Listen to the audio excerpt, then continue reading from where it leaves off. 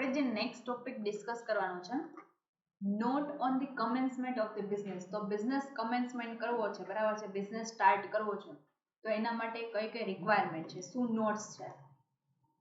Commencement of the business.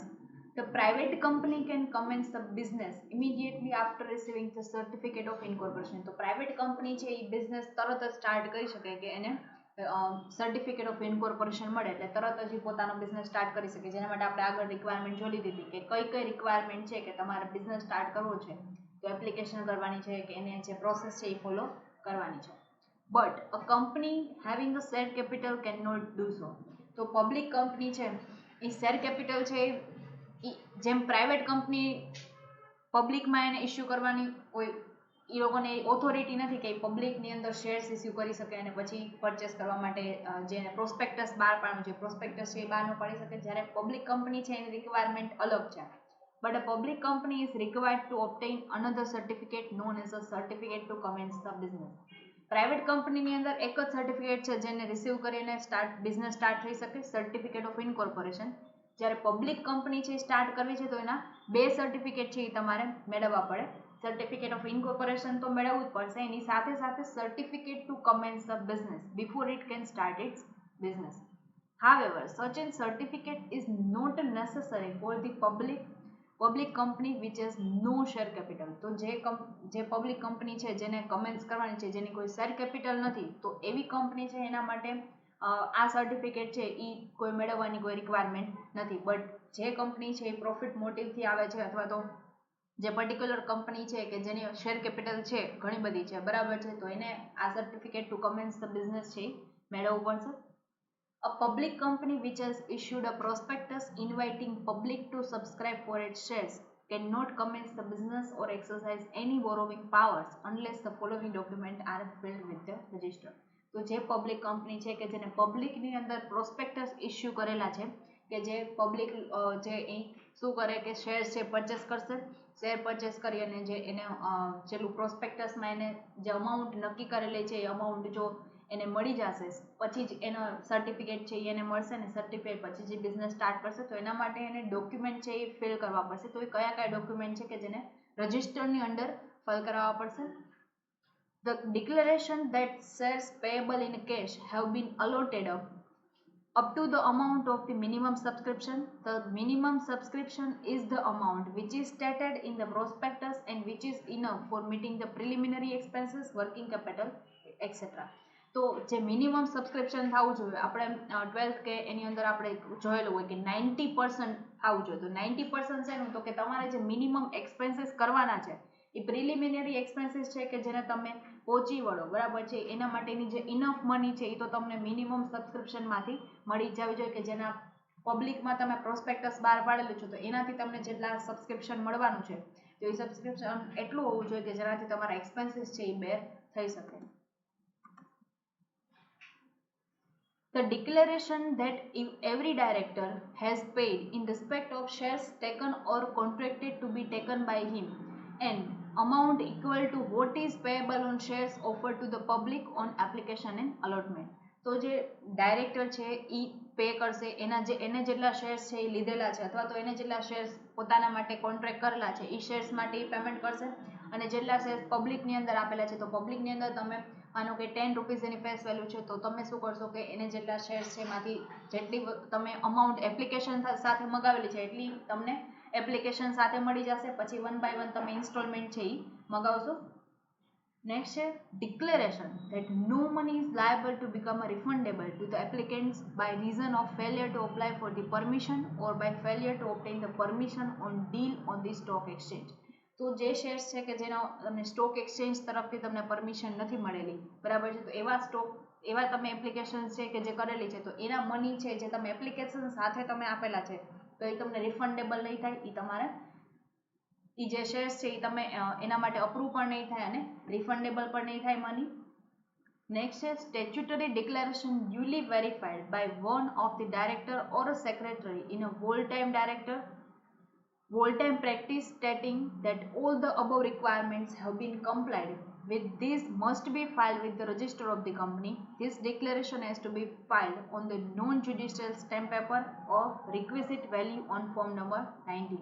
તો જે declaration તમારે વેરીફાઈ કરાવવાનું છે તો એ એક ડાયરેક્ટર કે જે હોલ ટાઈમ ડાયરેક્ટર અથવા તો કંપનીની અંદર જે બધા જે ટ્રાન્ઝેક્શન્સ છે, જે અફેર્સ ઓફ ધી કંપની છે, જે મેનેજ કરતા હોય એની પાસે તમારે વેરીફાઈ કરાવવાનું છે. અને જો બધી જે રિક્વાયરમેન્ટ છે એ ફૂલફિલ કરતું હશે તો જ તમારે એને રજિસ્ટર ઓફ કંપનીની સાથે ફાઇલ કરી, અને જો રજિસ્ટર ઓફ કંપની છે સેટિસ્ફાઈડ થશે તો તમને કમેન્સમેન્ટ ઓફ બિઝનેસ માટેનું જે એપ્લિકેશન છે, જે સર્ટિફિકેટ છે એ તમને આપશે. The register will then scrutinize the document and if he is satisfied, he shall issue the certificate known as a certificate of commencement of the business. This certificate is a conclusive evidence that the company is entitled to commence the business. તો એ evidence છે કે જેનાથી તમે business છે start કરી શકો. જે public company માટે કમ્પલસરી છે કે એને આ સર્ટિફિકેટ મેળવવું જ પડે, એ સિવાય બિઝનેસ છે એ સ્ટાર્ટ નહીં કરી શકે. તો જો રજિસ્ટર સેટિસ્ફાઈડ થશે, એને બધા ડોક્યુમેન્ટ છે સાચા લાગશે તો તમને ઇશ્યુ સર્ટિફિકેટ કરશે.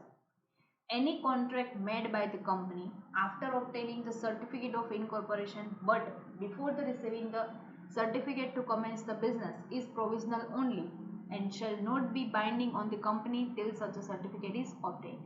તો એના પહેલા જે તમે ટ્રાન્ઝેક્શન્સ કરેલા છે, કંપનીના સર્ટિફિકેટ મળ્યું એ પહેલાના ટ્રાન્ઝેક્શન્સ છે તો એના માટે કંપની છે બાઇન્ડિંગ નહીં રહે. એના માટે જે પર્ટિક્યુલર વ્યક્તિ છે જેને ટ્રાન્ઝેક્શન્સ કરેલો છે તો એ પર્ટિક્યુલર પર્સન્સ છે એના માટે બાઇન્ડિંગ રહેશે. બરાબર છે. એ સર્ટિફિકેટ મળ્યા પછીના જે ટ્રાન્ઝેક્શન્સ છે એના માટે કંપની છે એ લાયબલ થશે. If company commences business or exercising the borrowing power without the aforesaid requirement, every person who is responsible for the default shall be liable to a fine which may extend to ₹500 for every day during which the default continues.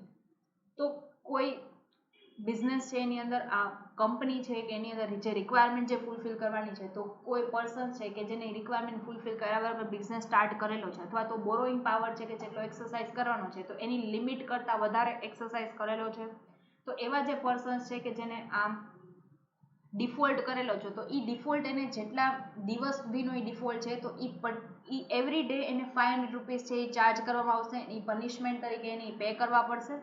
બરાબર છે. તો એ charge છે એને registered of ઓફિસને pay કરવો પડશે. If a company does not issue the prospectus, the company must before it can commence the business. તો company છે એ માનો કે ઇશ્યુ નથી કરતી, પ્રોસ્પેક્ટસ ઇશ્યુ નથી કરતી તો એના માટે બિઝનેસ છે બરાબર છે તો કઈ રીતે સ્ટાર્ટ કરી શકે. File with the register a statement in lieu of prospectus, a declaration that even a director has paid in a cash the application money and allotment money on qualification shares taken by them. તો એના director છે એને પણ એના જે application money જે public છે એ normal public આપે છે એવી રીતે એને પણ એના મની છે એ કેશની અંદર આપવા પડશે. A declaration duly verified by one of the director or secretary that have been complied with the requirement mentioning to above. તો આગળની જે બે રિક્વાયરમેન્ટ આપણે જોઈ છે કે રિક્વાયરમેન્ટ છે એની અંદર રજિસ્ટર્ડ છે, એની અંદર તમારે બધા ડોક્યુમેન્ટ છે ફાઇલ કરેલા હોવા જોઈએ. ડાયરેક્ટર છે એને પણ એના કેશ છે જેટલા શેર્સ એને પરચેસ કરેલા છે એના કેશ એને પેડ કરેલા હોવા જોઈએ. તો એ બધા જે રિક્વાયરમેન્ટ છે એ ડાયરેક્ટર અને સેક્રેટરી છે જે કંપનીના એના દ્વારા વેરીફાઈડ થયેલા હોવા જોઈએ. On receipt of the above document, the register of companies will examine them and on being satisfied, he will issue the certificate to commence the business. તો આ બધા ડોક્યુમેન્ટ સાચા હશે અને સેટિસ્ફાઈડ થશે તો તમને એ જે સર્ટિફિકેટ છે ઇશ્યુ થશે. નેક્સ્ટ જે ટોપિક આપણે ડિસ્કસ કરવાનો છે એ છે merits and demerits of the company form of the organization. તો તમારે જે આપણે આગળ જે ડિસ્કસ કરેલું છે બરાબર છે તો કે ફોર્મેશન આપણે કંપનીનું કરવાનું છે તો એના મેરિટ્સ પણ છે અને એના ડિમેરિટ્સ છે જે આપણે લર્ન કરવાના છે. ફર્સ્ટ છે merits of the joint stock company. Capacity to raise the large amount of the funds. A company has the potential capacity of the raising the large amount of funds through the sources such as a issue of shares and debenture. તો joint stock company છે એની પાસે rights છે કે શું કરી શકે, પોતાની large amount rays કરવી છે, કેપિટલ વધારવી છે તો એના માટે શેર્સ છે ડિબેન્ચર છે ઇશ્યુ કરી શકશે. એક્સેપ્ટિંગ ધ પબ્લિક ડિપોઝિટ, તો પબ્લિક છે એની પાસેથી ડિપોઝિટ એક્સેપ્ટ કરી શકશે. બોરોઈંગ ફ્રોમ ધી બેંક્સ, તો એને વધારે રિક્વાયરમેન્ટ છે તો એ બેંકમાંથી બોરો કરી શકશે, એની જે લિમિટ છે ત્યાં સુધીનું બોરો કરી શકશે અને લાર્જ અમાઉન્ટ છે એ રેઝ કરી શકશે. Stability and continuity, a company has a separate legal existence independent of its member. તો આપણે જેમ આગળના કેરેક્ટરિસ્ટિક્સમાં ડિસ્કસ કરેલું હતું કે સેપરેટ એન્ટિટી છે, પરપેચ્યુઅલ એક્ઝિસ્ટન્સ છે, એટલે એ વ્યક્તિ છે એ ઇન્ડિપેન્ડન્ટ છે કે માનો કે મેમ્બર છે એની કોઈની ડેથ થઈ જાય છે તો પણ જે એની ઓનરશિપ છે એમાં મેમ્બર્સ છે એ વધારો ઘટાડો થાય છે, સ્ટીલ જે એની કંપની છે તો કંપની તો કન્ટિન્યુ જ રહેશે, કંપનીને કાંઈ અફેક્ટ નહીં થાય, મેમ્બરના ટ્રાન્ઝેક્શન છે એ કંપનીને અફેક્ટ નહીં કરે. Hence death, insolvency etcetera of the members of the company do not affect the existence of the company. Limited liability, the liability of the member of the joint stock company is limited to the face value of the shares held by them. તો જે liability છે મેમ્બરની, તો એને જેટલા shares purchase કરેલા છે, જેટલા શેર સબસ્ક્રાઇબ કરેલા છે એની લાયબિલિટી એટલી જ રહેશે.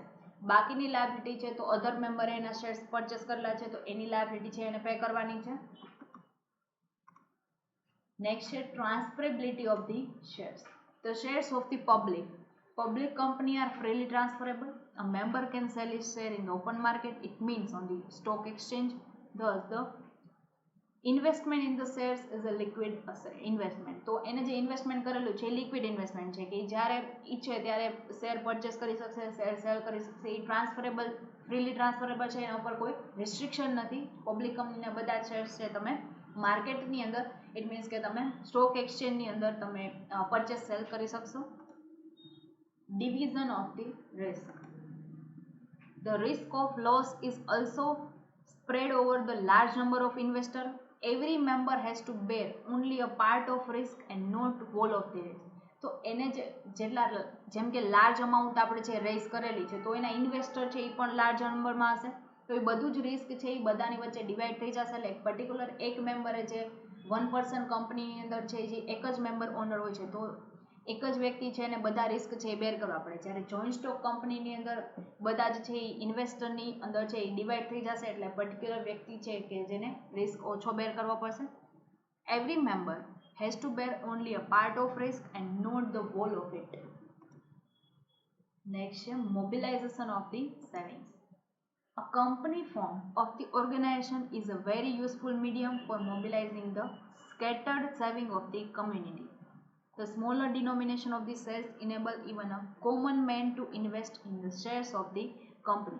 તો તમારે જે શેર્સ છે અથવા તો તમારી સેવિંગ્સ છે કે જે તમે કંપનીની અંદર ઇન્વેસ્ટ કરો છો, બરાબર છે, તો એ તમે શેર્સ છે એ પરચેસ કરશો એનાથી, બરાબર છે, તમે કંપનીની અંદર ઇન્વેસ્ટ કરશો તો તમારું સેવિંગ્સ છે એ કંપનીની અંદર ઇન્વેસ્ટમેન્ટ બની જશે.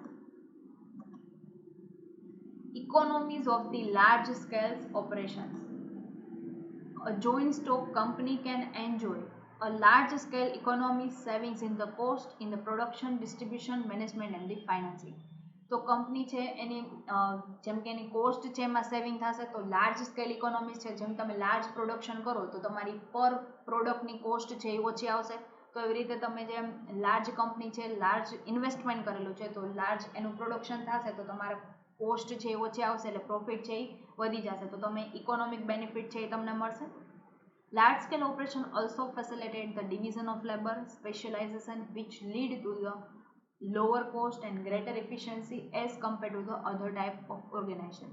તો બીજા જે ઓર્ગેનાઇઝેશન છે કે જેની અંદર લાર્જ ઇન્વેસ્ટમેન્ટ નથી તો એને જે બેનિફિટ મળશે એના કરતાં વધારે બેનિફિટ છે એ જોઈન્ટ સ્ટોક કંપનીને મળશે, કારણ કે એની અંદર જેટલા લોકો છે એ વધારે છે તો ઇફિશિયન્સી જેમ વધી જશે એમ પ્રોડક્શન જલ્દી થશે, કોસ્ટ ઓછી આવશે. Democratic management. For the managing the affairs of the company, the shareholder elect their representative called the director, who from themselves into a body called the board of director. Director are elected on the basis of voting. તો જે share holder છે એની અંદરથી જ એ લોકો director છે એને choose કરશે કે જે બધા ટ્રાન્ઝેક્શન છે એ સંભાળી શકે. તો એ વોટિંગ દ્વારા થશે કે બધા શેર હોલ્ડર વોટિંગ આપશે, એ વોટિંગની અંદર જે વ્યક્તિ છે એ ઇલેક્ટ થશે એને બોર્ડ ઓફ ડાયરેક્ટર તરીકે એને બધા મેનેજમેન્ટ છે એ એને કરવા માટે એને ઇલેક્ટ કરવામાં આવશે. નેક્સ્ટ છે efficient management. A company is in a better position to avail itself of the service of the competent and qualified professional manager by paying the handsome salary. તો એમાં જે વ્યક્તિ છે કે જેને મેનેજમેન્ટ માટે શેરહોલ્ડરની માંથી જ એક બોર્ડ ઓફ ડાયરેક્ટર બનાવેલા છે કે જે બધા જ મેનેજમેન્ટ છે એના અફેર્સ છે એ હેન્ડલ કરી શકે, તો એને પ્રોફિટની સાથે એક સેલેરી પણ આપવામાં આવશે કે જેનાથી આ જે વર્ક કરે છે એક્ટિવ પાર્ટિસિપેશન છે એનું મેનેજમેન્ટમાં, કે જેને એ વ્યક્તિને એટલું હેન્ડસમ સેલેરીઝ એન્ડ મીન્સ કે એને સારી એવી સેલેરી આપવામાં આવશે કે જે આ બધું જ છે એ હેન્ડલ કરી શકે. Public confidence. The working of the company is fully regulated by the Companies Act, sending reports regularly to the register of the company, maintenance of the statutory books, publication of the audited account and annual report, holding of the meetings and other control measures taken by the government help to create the public confidence in this form of the organization. તો જે કંપનીને regulated કરવા માટે અથવા તો એના માટે જે પ્રોવિઝન્સ બનાવવામાં આવી છે, રૂલ્સ એન્ડ રેગ્યુલેશન્સ બનાવવામાં આવેલા છે, તો એને ફોલો કરીને કંપની છે એની સ્ટેચ્યુટરી બુક્સ છે, એનું અકાઉન્ટ્સ છે, બધું ઓડિટ કરવાનું, એન્યુઅલ રિપોર્ટ બનાવવાનો, ક્યારે ક્યારે મિટિંગ તમારે હોલ્ડ કરવાની છે, તો એ બધા જ મેઝરમેન્ટ છે એ બધું જ છે એ કંપની છે એ મેન્ટેન કરશે as per the act. Next છે low tax liability. Corporate taxation based on the flat rate is less severe as compared to the individual income tax. Moreover, there are the number of tax incentives available to the company. તો એ particular જે person છે ઇન્ડિવિજ્યુઅલને જેટલા benefit નથી એટલા benefit છે એ કંપનીને છે, તો એને ઘણા બધા બેનિફિટ છે એ આપવામાં આવશે જેનાથી એની ટેક્સ લાયબિલિટી છે ઓછી થઈ જશે. Scope for the expansion. The capacity to raise the huge capital, availability of the managerial expertise, government control and regulations, and above all, public confidence help the company to undertake big risks which cannot be taken by sole trader or the partnership firm. તો જે partnership firm છે અથવા તો જે સોલ trader છે કે જેનું investment છે એ જોઈન્ટ સ્ટોક કંપની જેટલું નથી હોતું, તો એ લોકો છે એ બહુ મોટા રિસ્ક છે એ ન લઈ શકે. જ્યારે આનું લાર્જ ઇન્વેસ્ટમેન્ટ છે તો પબ્લિક કોન્ફિડન્સને કારણે શું કરી શકે, તો આવા ઘણા બધા જે રિસ્ક છે જે એનાથી એને સારી એવી ઓપોર્ચ્યુનિટી મળે છે, સારો એવો પ્રોફિટ છે એ કમાઈ શકે, બરાબર. તો એના છે એ આવા રિસ્ક છે એ લેશે, તો એનાથી એનું એક્સપાન્શન થશે, એનો સ્કોપ છે એ વધી જશે. નેક્સ્ટ છે demerits of the joint stock company. Difficulties in formation and winding up. તો આપણે જે ડિફિકલ્ટી થશે મીન્સ કે આપણે જેવી રીતે ફોર્મેટ કર્યું છે એ એઝ પર ધ એક્ટ કરેલું છે, તો આપણે વાઇન્ડિંગ અપ પણ એઝ પર ધ એક્ટ કરવું પડશે. The procedure of the formation of the joint stock company as laid down in the Companies Act is a lengthy and complicated. તો જેમ કે ફોર્મેશનની પ્રોસિજર ડિફિકલ્ટ હતી કે એમાં આપણે certificate of corporation, certificate of the commencement of business એના મેળવવા માટે આપણે ઘણા બધા રૂલ્સ રેગ્યુલેશન્સ ફોલો કરવા પડતા હતા. તો એવી જ રીતે આપણે કંપની માનો કે એને વાઇન્ડિંગ અપ કરવું છે, એને બંધ કરવી છે, તો એના માટે પણ જે રૂલ્સ રેગ્યુલેશન્સ છે એ ફોલો કરવા પડશે. The Companies Act also lays down the rigorous procedure for the winding up of the company. તો એના માટે પણ આપણે એ પ્રોસિજર ફોલો કરી અને બધા રૂલ્સ રિક્વાયરમેન્ટ છે એ બધી ફોલો કરી અને પછી જ આપણે વાઇન્ડિંગ અપ થઈ શકશે. Excessive statutory control. These statutory regulations sometimes create the hindrances in the smooth administration of the company. તો જે સ્ટેચ્યુટરી રેગ્યુલેશન્સ છે તો બની શકે ઘણા બધા હિન્ડ્રન્સીસ આવી શકે, જેમ કે ફોર્મેશન વાઇન્ડિંગ અપમાં આપણને ડિફિકલ્ટી થશે. તો એવી જ રીતે તમારે સ્ટેચ્યુટરી કંટ્રોલ છે તો એ પણ તમારે રૂલ્સ રેગ્યુલેશન ફોલો કરી અને પછી તમારે બધું એડમિનિસ્ટ્રેશન, બધું મેનેજમેન્ટ છે એ પણ એ જ રીતે થશે. તો એમાં ગવર્મેન્ટ છે એના પણ રૂલ્સ હશે કે તમારે મેનેજમેન્ટ કેવી રીતે કરવાનું છે, શું રિઝર્વ રાખવાની છે, શું કઈ રીતે કરવાનું છે, એના પણ રૂલ્સ હશે જે તમારે ફોલો કરવા પડશે. Failure to comply with statutory regulation makes the company liable for punishment. એમાંથી તમે કોઈ રૂલ્સ રેગ્યુલેશન્સ છે કે જેને તમે ફોલો નથી કરતા તો એના માટે એને પનિશમેન્ટ માટેની પ્રોવિઝન્સ બનાવેલી છે, પેનલ્ટી છે અથવા તો તમને જેલ માટેની કે વોટસએવર જે પણ પનિશમેન્ટ છે એ તમારે એ લાયબિલિટી છે એ તમારે પે કરવી પડશે. Scope for misuse of the power. This form of organization, with its large and scattered membership, provides the ample scope to fraudulent practices on the part of the promoters and the director. તો જે large scatter membership છે, જેમ કે members એના વધારે છે, તો બની શકે કે કોઈ મેમ્બર છે એ પોતાના એની પાસે જે પાવર છે એનો મિસયુઝ કરી અને કંપનીને અફેક્ટ કરે એવા કોઈ ટ્રાન્ઝેક્શન્સ કરશે કે જેનાથી કંપનીને લોસ થાય, તો એના માટે પણ એને જે પનિશમેન્ટ છે એ બેર કરવી પડશે. તો આવી રીતે આવા જે ટોપ મેનેજમેન્ટના જેટલા લોકો છે, મેમ્બર્સ છે, એ પોતાના પાવરનો મિસયુઝ કરી અને કંપનીના નામથી ટ્રાન્ઝેક્શન્સ કરતા હોય બની શકે. Separation of ownership from the management. The director may act recklessly since they may have the limited financial stake in the company. Again, the bifurcation between the company and the management makes the company dependent on the professional management. તો જેમ કે management અને ownership છે અલગ અલગ છે, તો કંપનીના જેટલા મેમ્બર છે એ મેમ્બર પોતાના નામ ઉપર છે એ બિઝનેસ નહીં કરી શકે, એના માટે એને કંપનીના નામ ઉપર જ બિઝનેસ કરવો પડશે. તો આવી રીતે જે બાયફર્ગેશન છે, તો એ બાયફર્ગેશન છે એ પ્રોફેશનલ મેનેજમેન્ટ ઉપર ડિપેન્ડન્ટ છે કે એના પર્ટિક્યુલર પર્સન્સ છે એનું મેનેજમેન્ટ કઈ રીતે કરે છે, એ રૂલ્સ રેગ્યુલેશન ફોલો કરે છે કે નથી કરતા. Inefficient management and red tapeism. In a company organization, decisions are taken through the meetings of the shareholder, director and the committees. તો બધા જે કંપનીના જે ડિસિઝન્સ છે એ મીટિંગની અંદર લેવામાં આવશે. એન્યુઅલ મીટિંગ છે અથવા તો આપણે કંપની સ્ટાર્ટ થાય એ ત્યારે આપણે બનાવેલી છે, ત્યારે મીટિંગ કરેલી હોય એની અંદર કાંઈ આપણે ડિસિઝન લીધેલા છે એની અંદર ડિસ્કશન કરેલું છે, at the year end meeting કરેલી છે, તો બધા શેર હોલ્ડર એના વોટિંગ રાઇટ્સથી અને બધાને ડિસ્કશન છે એની બધા અગ્રી થશે તો એવા બધા ડિસિઝન્સ છે લેવામાં આવશે.